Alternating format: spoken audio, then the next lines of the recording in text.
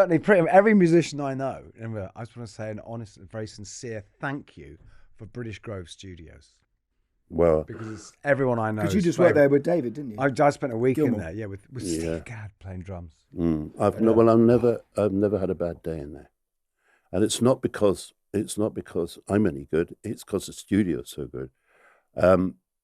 But I had some very good help. You know, had some great people on hand to sort of watch over it as it was coming together, and one of whom we lost to COVID at the beginning, of course, David Stewart. Dave Stewart, yeah. But then there was there's been Dave Harries, who you probably know from old days in Air Studios, Right. who was the first technician to refuse to wear a white coat to operate the machinery. Amazing. In Wow. Air. And he's actually a bit of a heavy metal head. You know, he says, "Give it more, give it. You want to, you know, give it more heavy fuel." Right. So he's a bit like that. And also we have Graham Meek, who's the previous head tech of Decca. You know, and so it was a good, solid.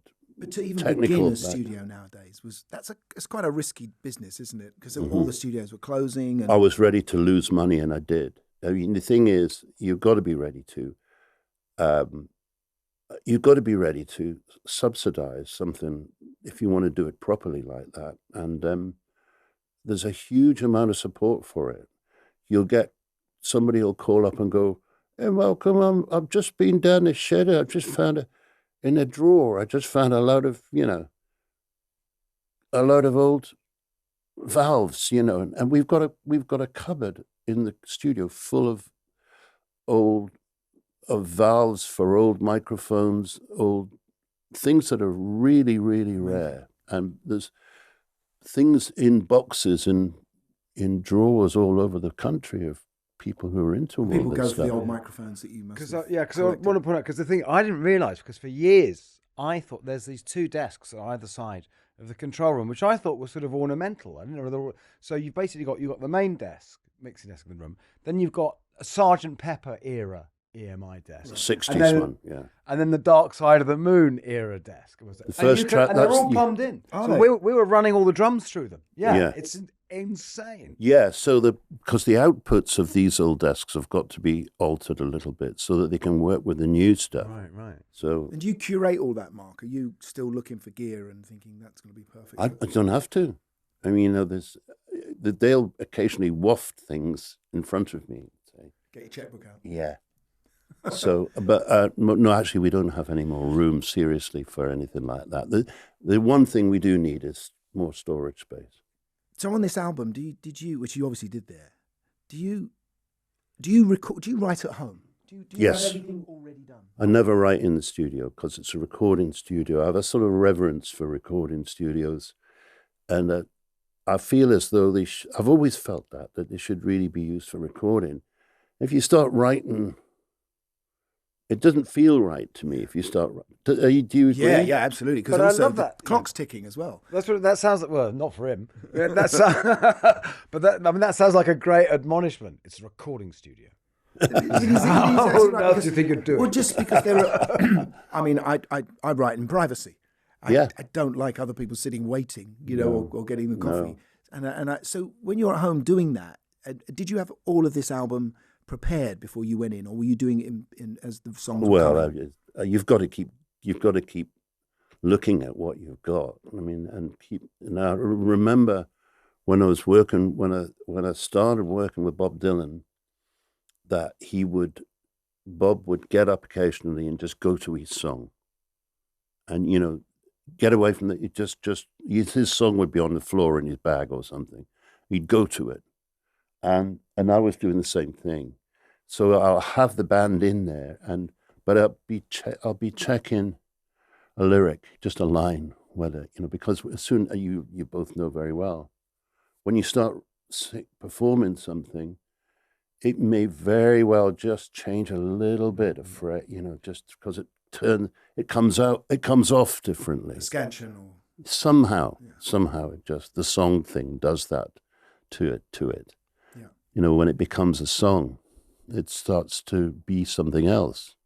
But also, when you talk about Dylan, I'm very interested because when you produced him, like which must have been, what was that like when being asked Don't tell me when things. I mean, don't ask. No, Sorry, I'm asking you when. Sometime in I'm my past. terrible. I'm 1980 terrible on 1984. dates. You know, It was Mike, you 1980 it was can talk to 1980 Kitty. I She's think it was brilliant on dates. 83, I think was the first one, or 84. Slow Trainer Coming. But when you're Oh, talking about yeah. the writing thing, the fact that Dylan at that point, because he's had this massive Christian revelation, and so he clearly had a real strong agenda for what he wanted to say on his album. Yeah. I'm wondering if that was maybe a sort of different to how he would usually approach an album. Yes, it was different because he said to Jerry Wexler, he said, "I've been making like home records. I want to do like a professional record." Wow. That's why he got you in.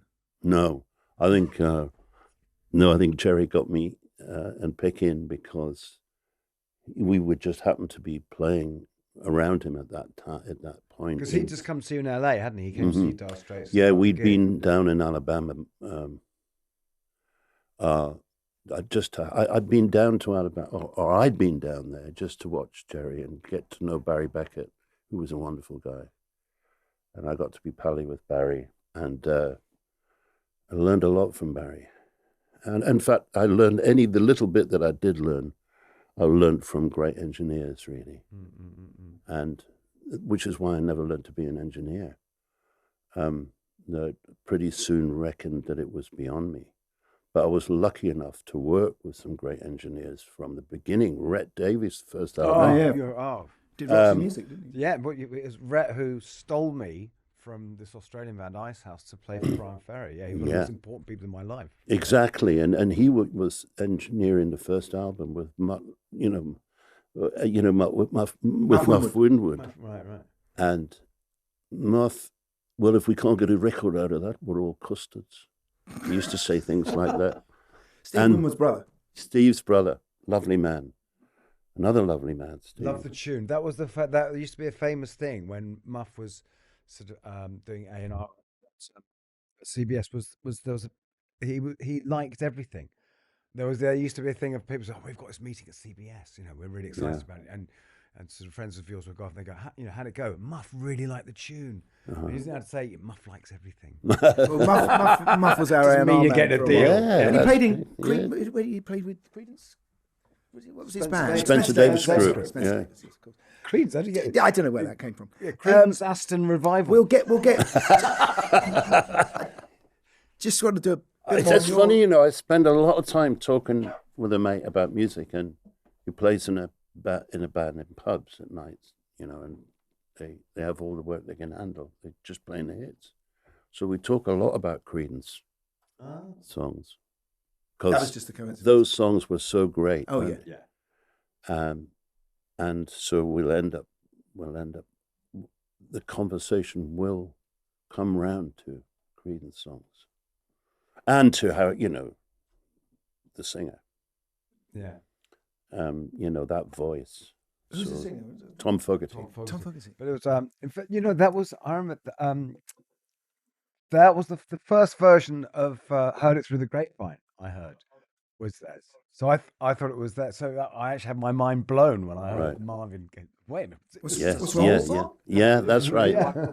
On the new album's called One Deep River, right? So it's the Tyne, isn't it? Again, Yes. And this connection that you have with Spoiler. with Newcastle, it's and this is the thing what I've always admired about what you do, and right from the very beginning on the first album for Dire Straits is taking American music, that Americana, but instead of singing about America, you know, singing about stuff that we know, singing about the West End of London or Newcastle. Was that how did you pull that together? Yeah, it was deliberate. I mean, what I really wanted to try to do was, I don't know whether it came off, but it was to try to make it the geography. Because if you were in America, you had the geography, you had Route 66, didn't you? You had it all. And that's going back a long way into the music, you know, and the history of the music. And you had Pennsylvania 65000. Because it was the pride they had in their country. Yeah, there was no and cynicism. just the whole thing spoke music. And So I was trying to just do the same with my own little geography. So if I was going south, I'd write a song like Southbound Again, or try and bring my own, going down to London, try and bring my own movement into it.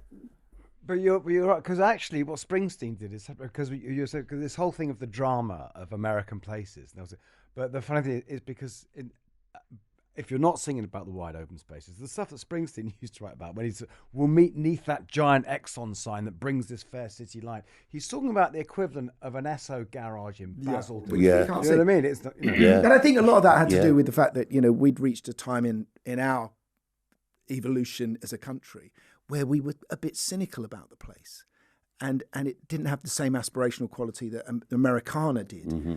But I think what you also embraced was folk music. So Yeah. there's always been elements of that, which is about the ordinary people in that country. And I had this duality thing going on all the time because for so long I'd want an electric guitar like that. That a Verithin, actually, very similar to that. That's what I wanted. I wanted the solid version. I wanted the Stratocaster lookalike. But I had to wait. I had to wait and wait. And so I'd borrow acoustic guitars from friends, and very bad ones. And but I did start going into folk joints and was exposed to a lot of folk music. And so the beauty of that was that I had to really learn how to fingerpick. I learned a rudimentary. I had a sort of singing nun fingerpick, which didn't get me very far. not Travis. And then that famous nun Travis. and then a folk singer up in Newcastle taught me how to do the clawhammer thing, which is 4 beats to the bar with the thumb, and that really made a difference. And so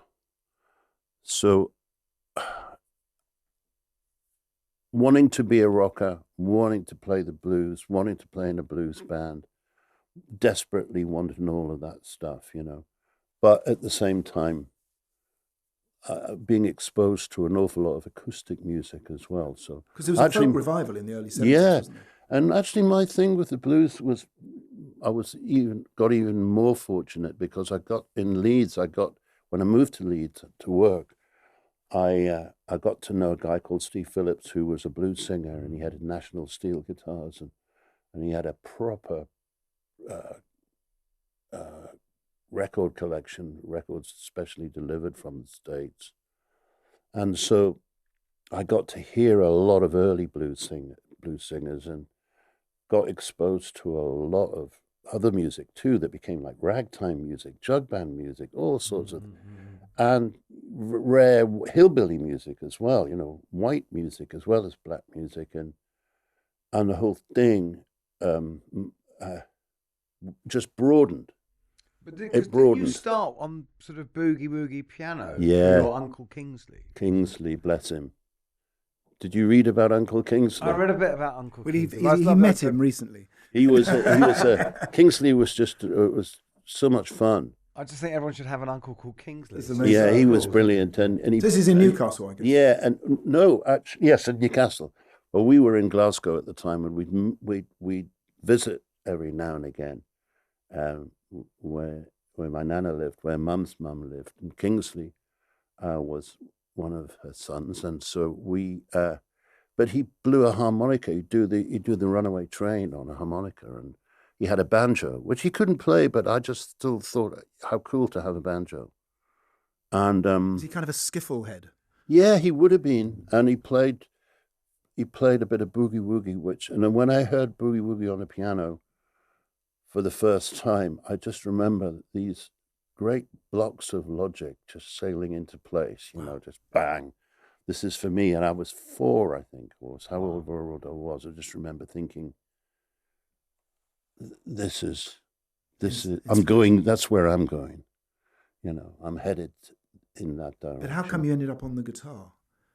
I always wanted a guitar from the very, very beginning, I think I must have been pointed to a white plastic one in a toy shop window and said, I want that. And I wasn't allowed to have it. And, it's a good thing. I think a bit of wanting doesn't hurt too much. And of course, I became slightly obsessed, I think, with the guitar. And what's wrong with being slightly obsessed, as long as it didn't make me into a raving loony? I, just kept wanting a guitar. But I remember, do you have that? Because I think, there's a shop in one of the arcades in Newcastle? Yeah. Windows. Yeah. Easy name to remember, Windows. I have nose pressed up against it a lot of the time. No, because there's a thing, because I know what you mean, because I'm sure you had this, Gary. There's that thing when I spent all of my school holidays just on Charing Cross Road, Denmark Street, just looking at guitars. And once you've got one, there's something different about those shops that aren't quite the same, because they just had this unattainable thing, and that smell. Well, I think you always want the next one up, though, don't you? Yeah. You start with the one your parents give you for Christmas. I know you got a guitar, but you got quite a good guitar, didn't you? From your Well, it was 50 quid. 50 quid, it was quid, mate. the solid body version of that, same price. Hofner. Yeah, they were about 50 quid when I was 15. Had you chosen that, or did you? Yeah. Oh no, they wanted me to have a nice, in the shop, and my dad said, "Why don't you get a nice wooden F-holes, and to me it had to be like Hank's from The Shadows, so I couldn't have a Strat, I couldn't have a Fender, because they were too expensive for my old man, so it was 50 quid or... But you that was his limit, really. So we got in those days, mate. That was. Yeah, what did he do for a living? I want to know. What did he do? He was a CEO. No, he worked in the city architects department, and he never changed. He just wanted to work for the public, so he never went private. Oh, that's right, a good staunch socialist. So so that's what he used to call them architects. Those. So he just wanted to work for the public. But which you ended up doing as well, really, if you like. That's we work for the public, don't we? Yeah, I guess. Musicians. But if you brought that electric guitar home, solid body, you're not getting much of a sound out of it. But you're I didn't really realize that. I mean, I hadn't thought about an amplifier. I was so overcome with wanting the guitar, and so I got somebody to change a jack plug that came with a guitar and to plug it into the back of the radio, the old radio that we had in the house, and I just blew up the radio in about 3 days. I don't think it lasted very long. I had the same thing with my first bass, because it was the same, because my parents said, "Why don't you get a nice acoustic?" Because I didn't want a bass, I wanted an electric guitar. Yeah, and they said, "Why don't you get a nice acoustic guitar?" And it's like, well, a toaster would be nearer what I'm after than an acoustic guitar. It's the electric bit. So I asked for a bass, but I did the same thing where I didn't have an amp. And I managed to get mine wired up to the back of the stereo. Yeah. Same thing. But the only thing was I could play the bass and I could play records, but not at the same time. Oh. So you can play. So you have to listen, just like they're listening and play along to the memory. Yeah, no, I know how you must have felt, because I didn't really have a record collection ever, and not exactly. I mean, I have times when I'd listen to other people's records, like anything, but I never... This is another good thing, though, I think, in a way, is that when it's how you copy. It's how you copy. Some people just copy absolutely every inflection and every note. I never had a record to do that with. Right. Some people would do, and jazzers used to do it, I think. I think. Record. Yeah, and I think they would, when they'd be dropping the needles on things, I think even people like Charlie Parker would be doing things like that, just disappear with some records and then just play them and play them and play them and play them. But I never quite did that. I fell in love with, say, so many people, or I fell in love with B.B. King, and so I tried to play like that, but I couldn't. I don't think I ever really sat down and kept dropping the needle on something again and again and again, because I didn't really think I had a needle to drop, particularly, or a record collection per se. There would be temporary. I might be in with a record for a while, but it would probably never really be So your style became an amalgam of all these people. Yeah, sort of Although an I have to say, amalgam. Mark, I can still hear Hank in some of the stuff you do. Oh, yeah. It's just that choice of sound and melody that, you know. Yeah, Also well, the fact that you played with sorry, but you had that fabulously clean sound at a time when people who were playing guitar in that arena didn't at all. Well, I was playing when I started playing with a Strat. I was already starting to play with my fingers, but I'd have a pick in my pocket so I could always do both things. You know, so I started playing with a plectrum, and a plec is the best thing in guitar. I mean, it's louder, it's cleaner. You both know that. You know, that gives the best signal for recording. It's fantastic. And the finger thing was just a bit of a mess that just came together slowly, and I kept losing picks. And I was starting, the finger style was starting to jump across the strings, so rather than the thumb just being on the lower strings. So it was starting to wander up where it didn't belong. And so I was starting to develop a style which any guitar teacher would tell you is just wrong. And partly because I guess you're left-handed, but you were playing it yeah. right-handed. Oh, Yeah. thank you. Oh, yeah. Sorry, my brethren. Are you? That's what he does. Yeah, with this, yes. So I think one of the advantages. I've been saying that my whole life. I forgot that. I'm always going, yeah, no, Mark Knopfler's the same, you know. Yeah, well then, He makes love. I was going to ask you what your secret was. What's that? You know, so that was your secret. Then. I think Because you have a strong. I do have. I mean, I'm sorry. I've just realised that we are a minority here, Gary, and we could be persecuted. So Be gentle with him, Gary. Be gentle. But did you not? I mean, was it just the way you picked it up? Yeah, well, I think when I picked up a tennis racket to play guitar on it, Yeah. I picked it up left-handed. Yeah. Oh. But your parents gave you a right-handed guitar. Ruth did. My sister said, I remember her turning the tennis racket round and said, "That you played that way." And then I had some violin lessons at school, which never got anywhere because I wanted to play guitar. But once I was playing a bit of violin, the guitar had to be that. Because all violins are played right-handed. There's no such. Otherwise, they'd be sticking Can you bows in each imagine other's what that would be like? Yeah. Yeah. Well, to me, it always just seems to make more sense because that's actually the hand that's doing the sort of more complicated stuff. Although you were finger picking, but the one thing I do remember being aware of, even as a complete novice, was that when I started playing, that I got pretty nifty quickly, more compared to the people around me, but I sounded terrible. Your rhythm. Just the actual sound. Oh, right, I was thinking my finger. That took me a long time. A long time. Yeah, and I've got such last week. You know, I have such admiration for bass players because I've tried to play bass occasionally, and it's exactly as you say. There's such a lot in that right hand, isn't there? Yeah. And what do you mean? How hard can it be? You know. So you went. You ended up going down. Well, enough of him anyway. You went. You went down to London. Then that was really just because you didn't feel that Leeds was going to be the place for you to find a band. No, well, I wanted to go to university because I'd missed that bit out, and I felt as though I didn't know anything. So I left the newspaper. I was working as a junior on a newspaper. There's a beautiful song about that on your last reporter. album, isn't it? Really, really lovely song about being in the office. Yeah. So anyway, thank you, but I tell you what, it sorted me out as a kid. I think you had to wake up. You know, I had to get myself organized.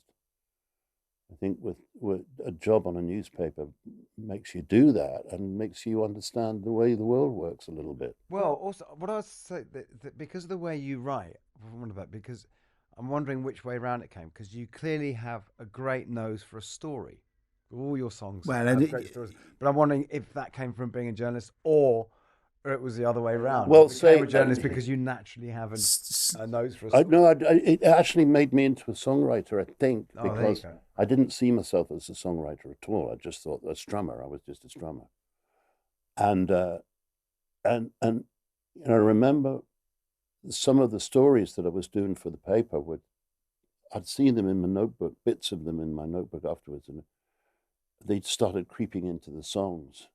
So if I was sent to interview the cast of the City Varieties in Leeds, go and talk to the cast of the pantomime, and I'd be talking to the ugly sisters, a couple of old dudes, we're proud to be the oldest ugly sisters in variety, and things.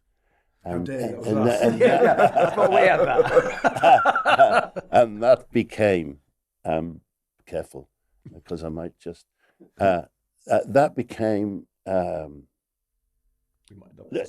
More Matinee, a song, One More. Right. And so I started taking their lines and making them into lines in a song. And I think that's when I transferred. I might have had bits of songs, but I certainly didn't. I was busy copying songs. I don't think I could see myself as a songwriter at all. And so I sort of eased into that way, and ended up being the guy who writes the songs. And I think I'm a songwriter and a musician. I'm very different from being a songwriter. To me, is very different from being a musician. Right. Yeah, absolutely. And because you spend a lot more time on words, probably. Yeah, exactly. That's that. the most important part. And neglecting the guitar. Because it's very rare to have, because you are to have someone who's such a basically virtuoso as a musician to be a songwriter as well. It's usually but before you came in, I described you as a triple threat. You can sing, you can play guitar, and you write great songs. Well, very often the guy who writes the songs is the guy who knows the least chords in the band. Well, and now that is true, and I just through this pandemic, for instance, I mean, the amount of playing I've done is nothing, and I've had COVID 3 times, and I think I just stopped playing for a lot of that, and I'd stopped playing for a lot of time before, and I'd just be busy writing songs and touring, and when you're touring, just writing songs, and neglecting the playing. So because the songs tend to be nursery rhymes. And so you're not really concentrating the way, if I think about a musician, if I think about, say, the guy who plays, say, bass in my band, that would be Glenn Wolfe. There's a man with a relationship with his instrument that is enviable, and also he can play, which was got me tied up with him in the first place. He can play stand up. He's essentially a country player, isn't he? That's where he comes from. I suppose. Are you saying that what drives your Zen songs? thing in the world. Drives your songs mostly is the storytelling. Do you think that's what inspires the music? Yes, I think so. And but it's not the music. What I mean is that if you take someone like Yanto or someone like Jim Cox on the piano, the relationship with the instrument is absolute. It's total. And I can't get that going with a guitar now. I'll be spending time looking at the songs. And you said, but it'll be the sound. You'll be inspired by the sound of a particular instrument. Oh yeah. Or a song. So like Hank. But anyway, yeah. So that's a relationship with the instrument generally, which you have to have as opposed to one particular instrument. Yeah, I mean, you fall in love with the sounds, just like I fell in love with Hank. Yeah. With the sound of the guitar as a kid. And I'd be getting into trouble for, what's that sound? And very much that first album with Sultans of Swing was very much about the Fender Strat. That seemed like... It sure was. A little point to make is that Ed Bicknell, who was your manager and then bandmate, not who is that when he came to see Dire Straits the first time, It was the fact that you had a red Strat. Yeah, red Strat and sounding. Otherwise, might well not have managed. And probably clean sounding as well at that point. We've all got Buddy Holly and Hank to thank. Yeah, absolutely. And when I'm playing a song like "Why Worry," we used to call it "Why Bother."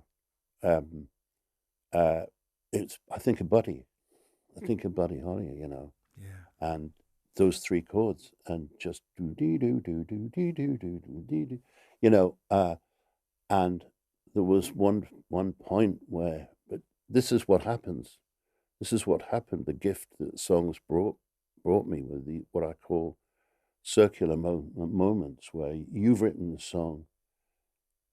I used to worship the Everly Brothers, and the Everly Brothers were singing it. They'd recorded it, and they were singing it, and I was playing in the band. And I'd not on their recording, but I was playing in the band. We were doing a show with Chet Atkins in Nashville, at Vanderbilt, and a TV show. And the Everlys were singing there, and I'm standing there going, that's the Evs, and they're singing my song. Oh, wow. What song did they do? What they were singing, "Why Worry," and those moments, I've had a few. I had one with the Shads where they'd recorded the local hero. Because Hank played it on going stage home, with you, yeah. And Hank used to get up with us at the end of a set and do that quite often. But Geordie boy, they were, but when I remember standing, it was the Dominion Theatre. I remember standing on stage with the Shadows. You know, thinking, that's the Shads. I never mastered the steps. I may have tried. The third one's quite tricky. Is it? Yeah. We were talking about your songwriting, you know, being an observer and a journalist in your style, because that's where Sultans came from, didn't it? That was you. And you don't mind telling the story. Not at all. The thing is, you tell stories in your songs all the time, but now the greatest stories are your own. Yeah, well, there can be situation songs where the circumstances are just right, because there's a little guy in a sweater, in a grubby sweater, and he looks like your geography teacher, you know, and he's surrounded by other guys like that, you know, who are all in the band, and it's decidedly grubby little South London pub. And can you remember the pub? I used to know the name of the pub, and I could take you there if it's still there in Greenwich. It deserves a plaque, really.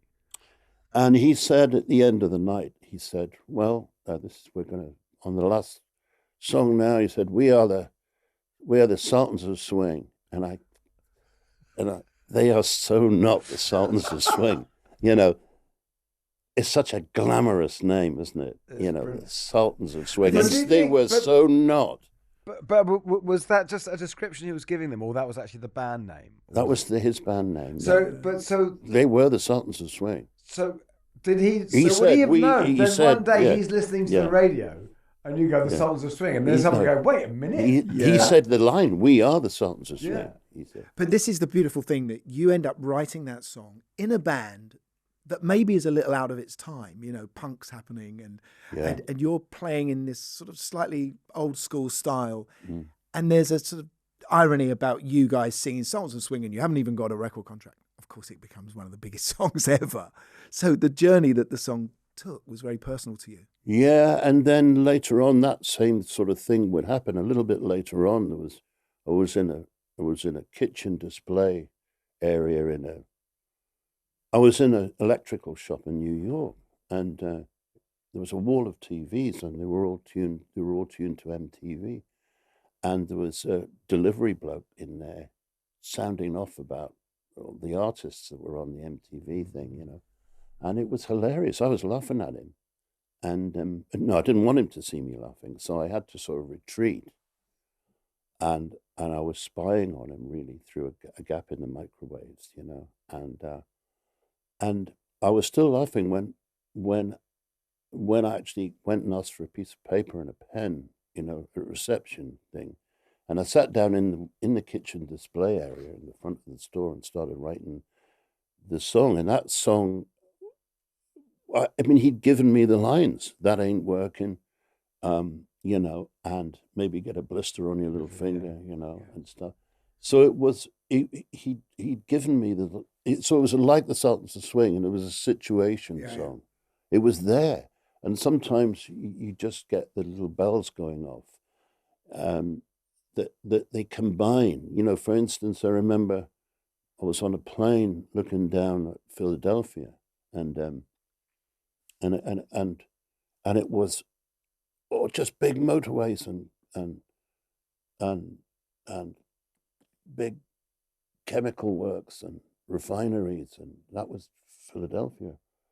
And I was reading a book at the time on the plane. I was reading a book called Mason and Dixon, about the Mason-Dixon line. Mason and Dixon, two guys that come out from England on a bar. Used to come out by ship. It used to take a few weeks to sail over, and it wasn't that long ago, really, that there was nothing there.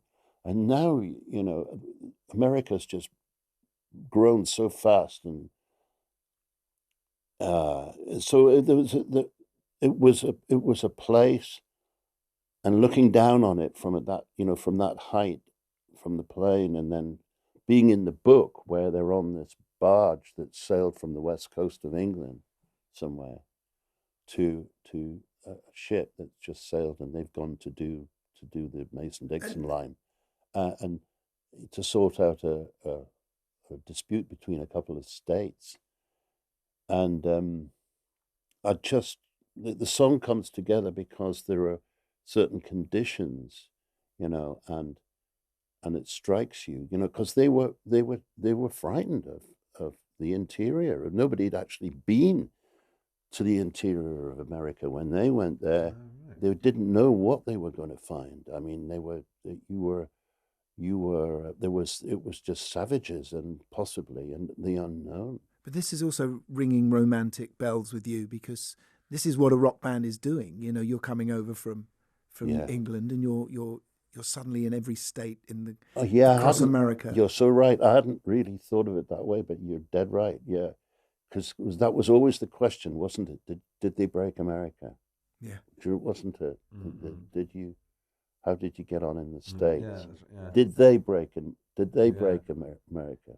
But with Telegraph Road, you did the same thing. When you sitting up the front of the bus? Yeah, and Telegraph Road was there, and I saw the sign, Telegraph Road, and I could see 12 lanes of traffic, and I thought, what was this once? Mm-hmm. And of course, it's what they call linear development, I think. Remembering from my geography now, but buildings down the main highway, just post road. down the road, exactly that, and then that becomes modern America with the Texaco station and the Coca-Cola sign, and that development has been so quick, so fast.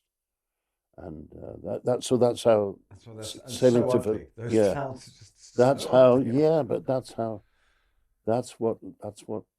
and I've actually seen it happen, because I actually went to Nashville to record there, because I didn't have a studio, and I think it was 83, and it's a different place now. Oh yeah. The thing with Nashville is that's because everyone moved to Nashville. That was the funny thing, wasn't it? It was the country place, and now it's just like I wasn't going there to make country music, though. I was going. I was just writing my songs. No, but I mean, I know people in heavy metal bands all live in Nashville now. Like everyone lives in Nashville. That's become it. Yeah. Funny, isn't it? But there's also a good song you wrote about a Luthia, and this is what I love about your writing, and what I find this is inspirational.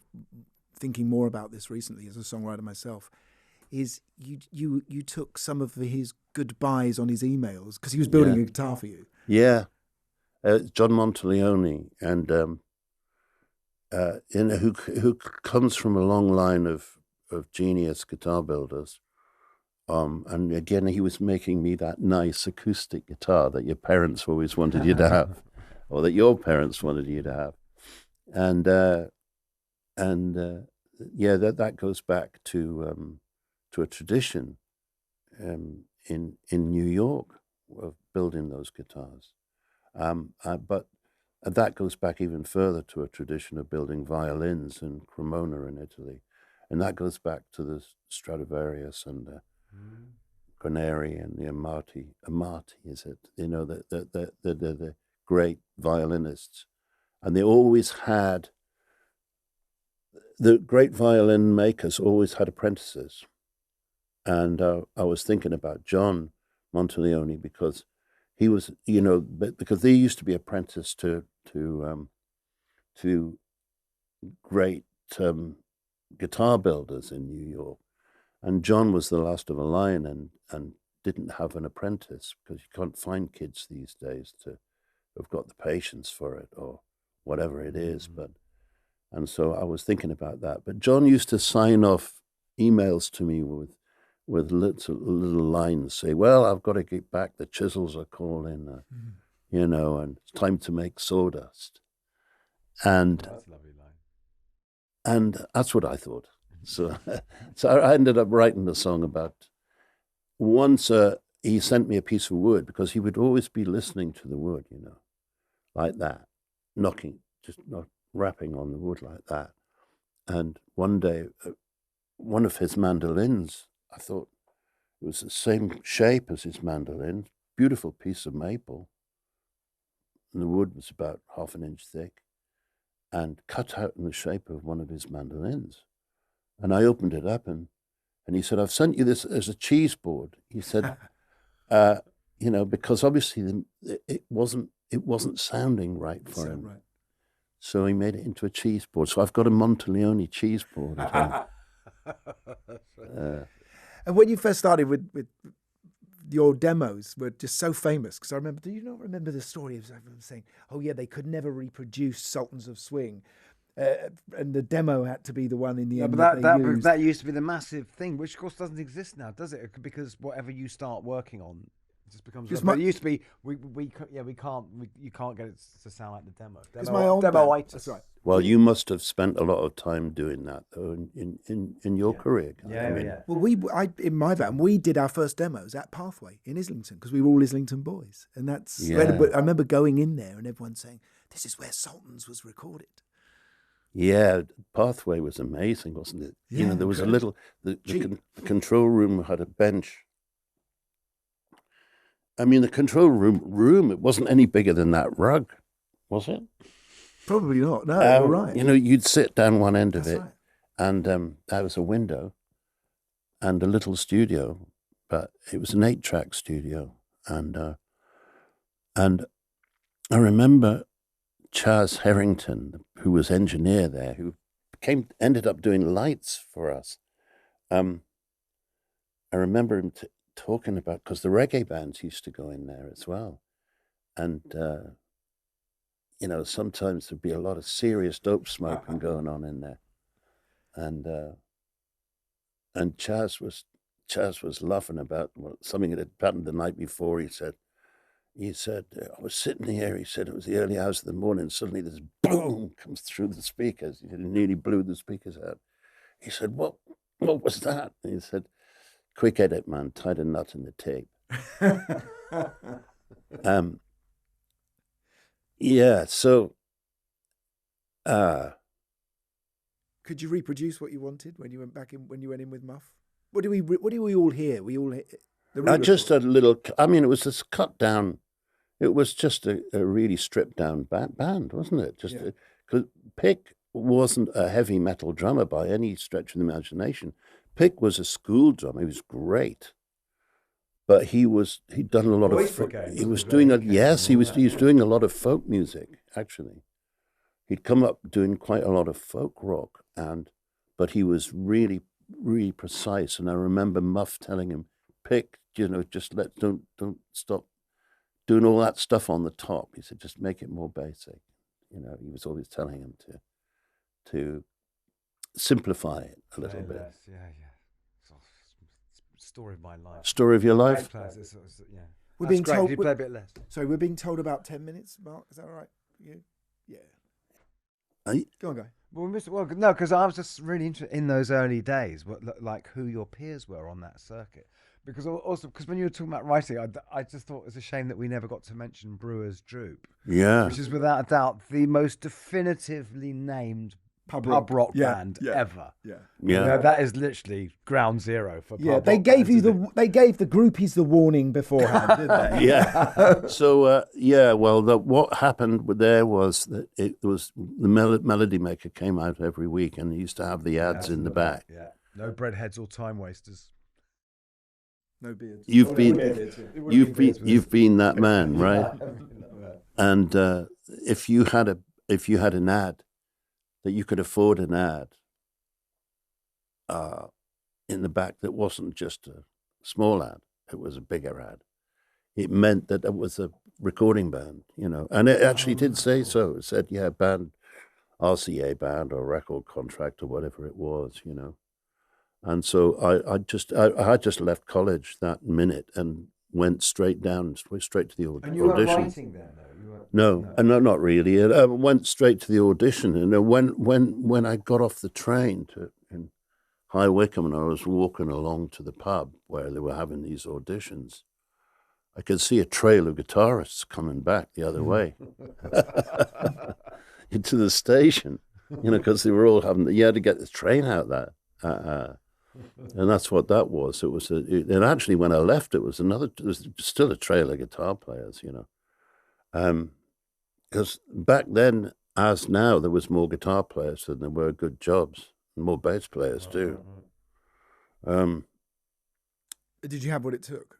Yeah, so I passed that audition, and so I was in the band for all of 2 months or however long, and they promised that they'd give me £25 a week, which they never did, and all of those things. And so it was more than a couple of months, but I think, but it was a lot of just more sawdust on the floor gigs, And we did a few colleges, and but I realized something then, though, that you didn't have to. I always thought that I had a sort of a kid's idea of bands. I always grew up thinking you had to get along well and everything. And then I noticed that it wasn't exactly, wine and roses with them. So it was, it was what I always wanted to do. And there I was. And actually, very shortly after I joined up with them, we went to Rockfield, and I saw. What, is that your first studio?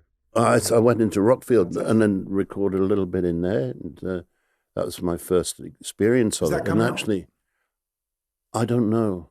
I don't know, but I do remember meeting Dave Edmonds because he was recording something in there. He was totally associated with that place, wasn't he, back then?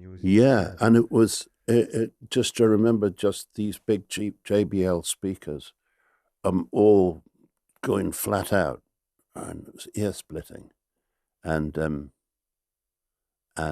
it was loud, and Dave wanted them flat out. He wanted, if you turned them down from 10 to 9, he'd notice there'd be something wrong. It seems totally against your style. That was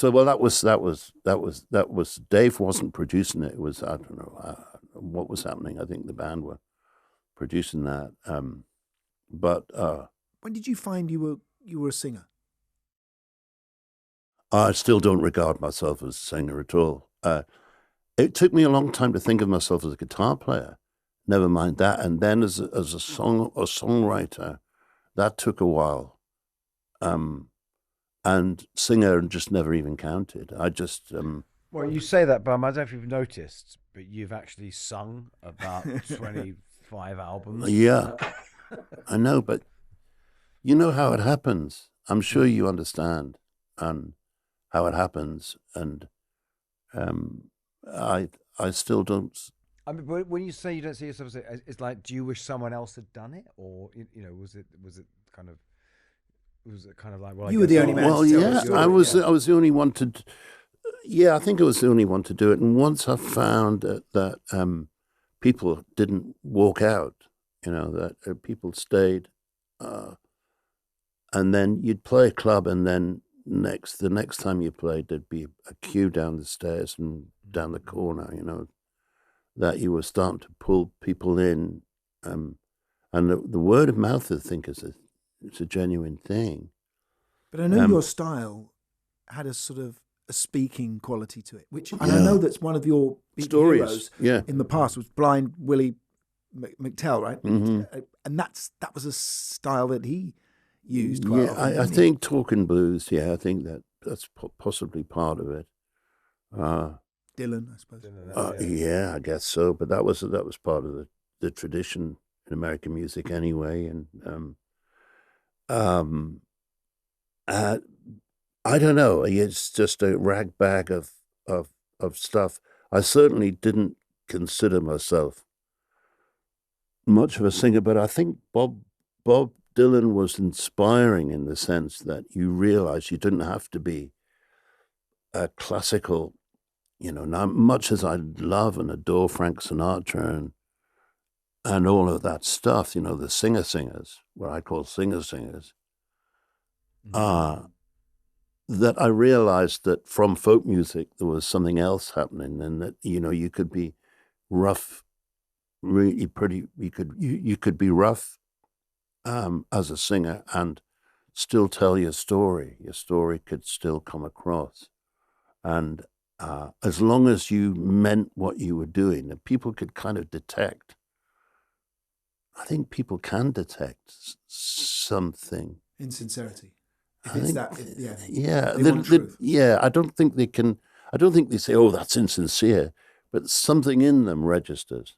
I think there's also a thing with you. There's a model for what you do, which is, I said, the person before most similar is actually Hendrix, because it's that thing of singing, telling the story, but then actually breaking because my guitar's got to talk. You have to, exactly. I listened a lot to Hendrix, and I would be playing when I was playing with a pick, and I'd be playing like. Trying to play Red House and trying to play, and trying to play Hey Joe, all those things. I listened to hard, and I love Jimi Hendrix, and so it all plays its part. And I think you're right. It's well observed, that I think that's right, because when you're playing, you've got to break off to play. And the phrasing of being of the blues was like that too, because a pal of mine had a record called Live at the Regal by B.B. King, and the blues fans will know it. And I was struck by that record so much because there were three characters. There was B.B., his voice, there was the audience, and there was his guitar. And there was just like three corners, he'd go, he'd be telling the story. I gave you 7 children, and now you say, wow, the audience goes up, and then he plays. Gospel, really. And but the whole thing was just bouncing from one corner of the story to the next corner of the story. This is really interesting, because I don't, your touring schedules and how many gigs you did and these famous long tours. I mean, it's above and beyond. Probably only Guns N' Roses come close for that kind of touring. But it's because, from what you're saying here, it's because you see the audience as being as important, that the song doesn't really live until it's in front of an audience. It's quantum, until it's observed. It becomes something. I think you're conscious of them. If you're going to play a song like Brothers in Arms or something, when that song is setting up, it's a real tangible thing in the hall, that so you can't play it badly. There's something about it that you better play this for real, and then you're kind of conscious that's why they're there. That's why they've come, and they're inspiring you as well. They've come to hear you play it well. And the thing is, the notes you chose that day in the studio when you recorded it become the holy grail, don't they? You can't go away from them. Yeah, that's well spotted. That I started playing, say, Brothers, but other songs can be like that. In the studio, I played it do do do do Tweety-dee, right? I don't know why I did that, but that became the furniture of the thing. And I've tried to play it differently. That first phrase. And I was getting nowhere at all. Nothing came close to it. So either I'd got lucky on the thing itself, or I can't explain it. But nothing else worked. I guess the audience weren't prepared to take anything else. They wanted that. They wanted that. And once I'd gotten the thing moving, once it started moving down the track, then I could improvise a little bit and move away from what was on the record. And it would become different. Anywhere, touring something for that long, you would become different. But yeah, that's very interesting. That why, in a way, you're just kind of telling them that the song has started. Maybe. Yeah. Because I think what's interesting about Dire Straits and the success that you had in the 80s is it goes against everything else we think about that period in a way. We're suddenly there are shorter songs and it's all about hit singles and pop songs and glamour. And here's a band that has rudely ignored punk and sailed through from the early 70s, if you like, and into the 80s, and are making songs 14 minutes long that are giving singles to the radio that are 6 minutes long. Well, I would have... Don't care. You don't care. I would have been part of the punk thing and the new wave thing if I'd been 10 years younger. But I was 28 when the thing happened. When the thing, I'd been around, kicking around the world for a long time, and so that made me very different. And I think the place to go, didn't if you? I'd been 18, I wouldn't have survived. But how did it feel? Because when you started that whole circuit, that pub circuit and everything in London, that's what was going on. You took someone like Stuart Copeland, for instance. You talked to him, and he was in Curved Air. He was that bit older, but his thing was like, well, punk was the only game in town, so that's what we did. Yeah, but I got on great with Stuart, But we actually did a bunch of gigs together for a while. I can't remember why, but they were all booked at the same time. And I do remember that nobody cared who played first or last. It was never an issue. And I certainly don't remember being worried about it. I think it would be whoever got there first would set up and play first. But we were always like that. And I just think people wanted your music was the place to go for things that you could spend time with them, with the pieces, that there was depth and there was intricacy and there was a cinema for the ears, in a lot of the arrangements. Maybe I'm not sure how it all worked out, but I think I was very lucky, we were, because our record company made CDs. Philips made CD players, and what happened with Brothers is that it coincided with the CD coincided with that record, and Phonogram, or I think that's what they were called then, Phonogram or Philips, decided to use our record as an illustration of the new technology. So that meant that all these electrical shops got added to, so they were selling the record as well, because they were demonstrating the CD player with it, and you recorded it digitally as well. Yeah, no, we also got lucky with American charts, because I think we had So Far Away, we had Walk of Life, and we had Money for Nothing. And sort of like 3 singles that were hits in America. And that video was one of the ultimate. It was the first video shown on British MTV, wasn't it? Right, and the video. So it was just one of those things. It had been growing through making movies and stuff, and then it was like this critical mass thing where people wanted to see it live, and they wanted to have the records too. So it was just, I think it was luck. It was a convergence of eventualities like that, like the CD came out and that didn't hurt, and having. But I tell you, the thing that really didn't hurt was having hit singles in America. That I think that was probably the biggest thing of all. Got Sting on the, that's. Yeah, No, it was and also one of the greatest guitarists ever. A little playing note here, which is that because that's actually Money for Nothing is the rockiest, most distorted sound you've ever had, and it's one of the folkiest parts you've ever played, though, isn't it? The finger picking. It's almost like a little band, right? a little country stump, isn't it? Yeah. Because it's actually apparently that's little music, because that's apparently the key to Smoke on the Water, is that you only play two notes and you finger pick. But also you guitarists. did the Mick Ronson of using the Les Paul with the wah-wah choked back. Yeah, and it was because I was trying to do one for who did the spoof records. I was trying to do a version for Baroness.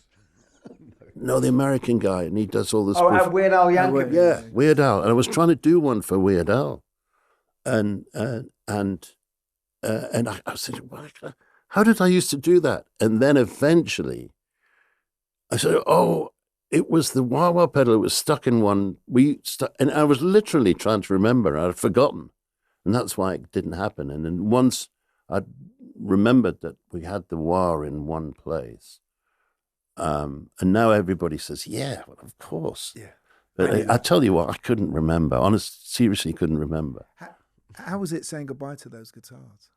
Oh, that wasn't too hard. I mean, it's not those guitars, and it was one of those guitars. I said, two of them, or maybe a few of them, but it wasn't as bad as all that. And I've got some beautiful guitars, I've got it, and I've still got me 58 Les Paul. And all right. So, what did you record Money for Nothing on, the 58 or the 80? No, there was the 83. Was that? Well, that's the one I sold actually, but it just went for $500,000, didn't it?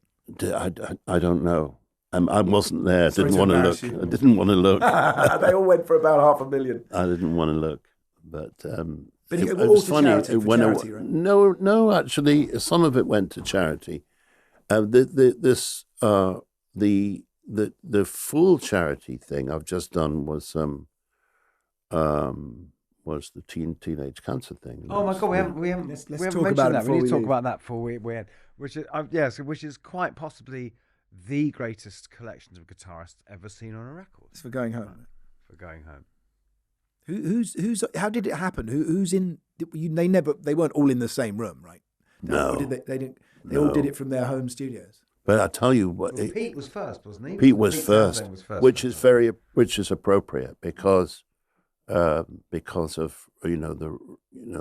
Who, the input to the charity itself over the years. So also, I remember years and years ago, I think it was in Q or something. You did one of your favourite guitar records things ever, and you said how you thought "Won't Get Fooled Again" was the sort of greatest expression of joyous guitar playing. Yeah.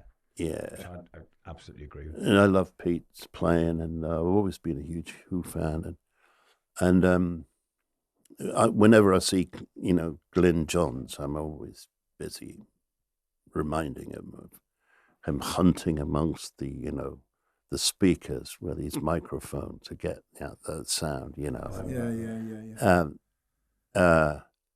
Glyn's wonderful, but. How did that come together? And did you make all the phone calls yourself? No. I mean, it was, and in fact, Guy Fletcher did much more than I did in the end because he had to. Guy's a trained recording engineer and has spent his time, sleeping under a warm console if he had to spend the night in the studio.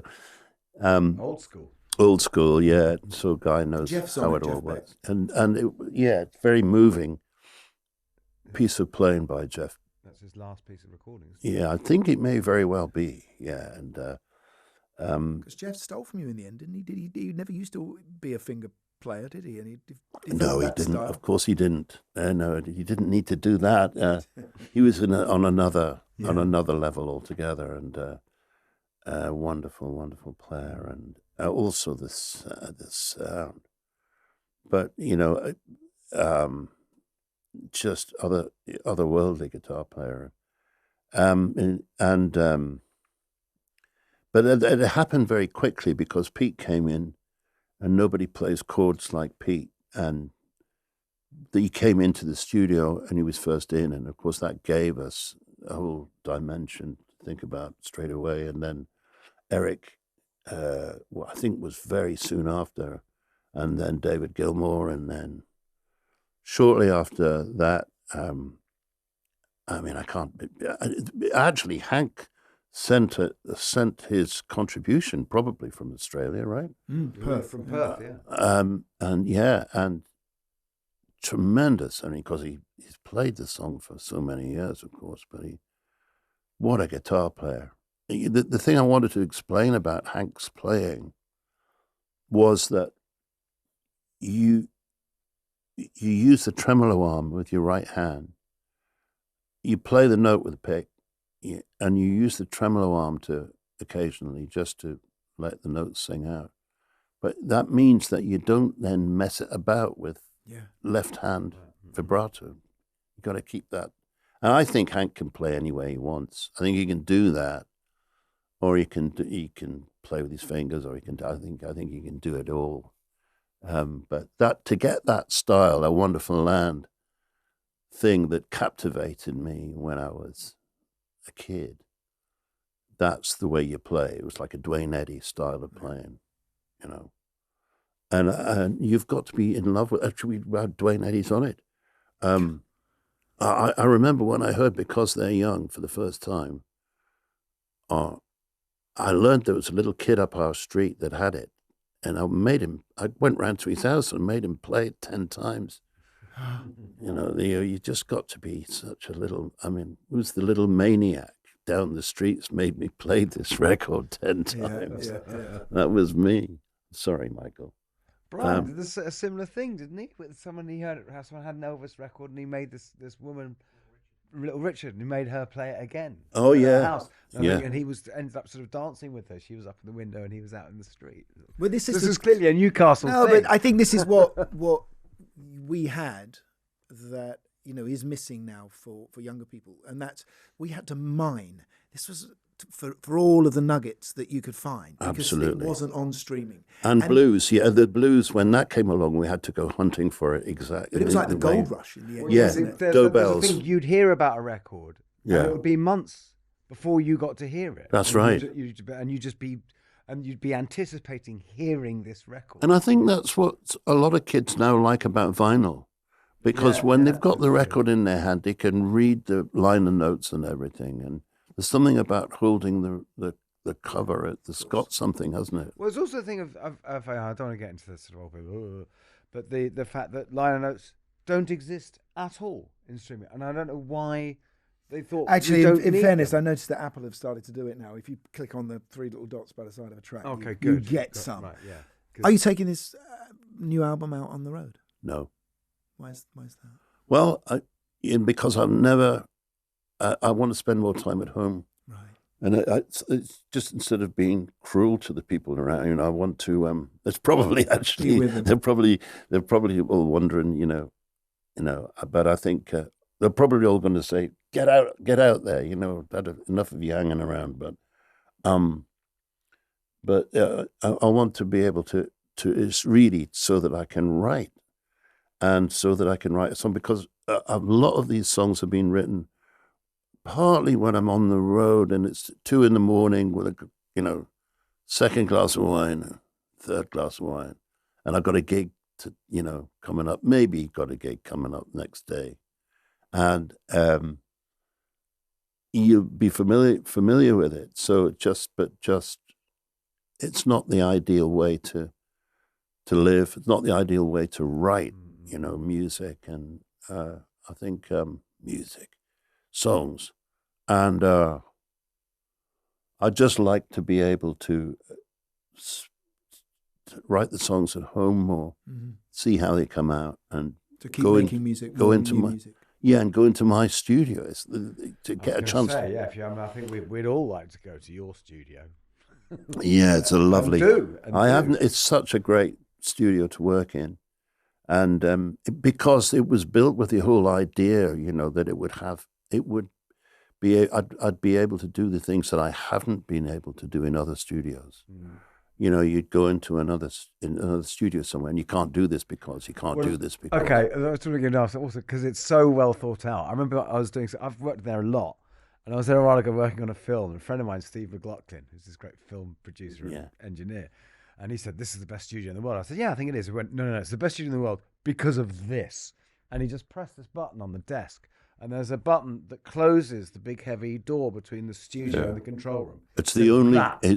That is because musicians, half your time is wasted getting the tape op to go and close the door because musicians have left it open. Yeah. So literally that button is what makes it the best. That's the only button in the studio I know how to work.